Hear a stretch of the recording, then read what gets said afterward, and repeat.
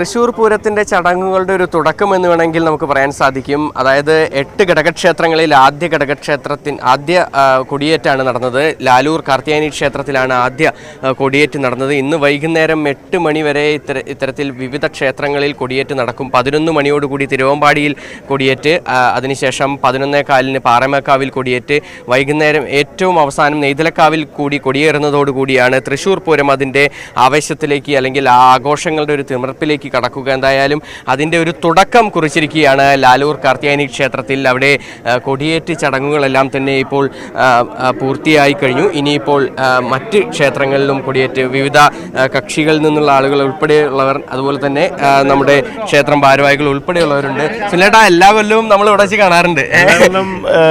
ഇവിടുത്തെ ലാലൂര് കൊടിയേറ്റ് നമ്മൾ കണ്ടുമുട്ടാറുണ്ട്.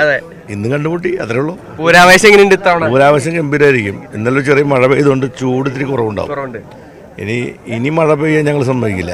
ഇനി പൂരം കഴിഞ്ഞിട്ട് മഴ പെയ്യാൻ പറ്റുള്ളൂ. ഈ തെരഞ്ഞെടുപ്പ് പൂരത്തിന്റെ ഇടയ്ക്ക് ഈ നമ്മുടെ പൂരം കൂടി വരികയാണ്.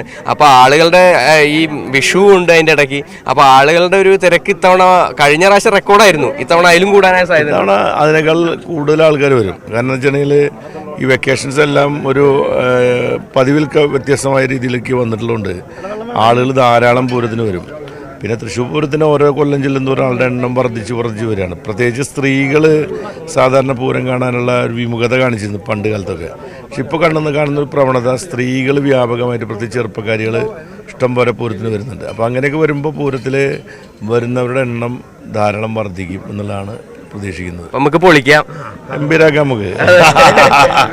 അതാണ് എല്ലാ തവണത്തെയും പോലെ ഗംഭീരമായി തന്നെ ഇത്തവണയും പൂരം നടക്കും. അതിനോടൊപ്പം തന്നെ അതിന്റെ ചടങ്ങുകളെല്ലാമാണ് ഇവിടെ പുരോഗമിക്കുന്നത്.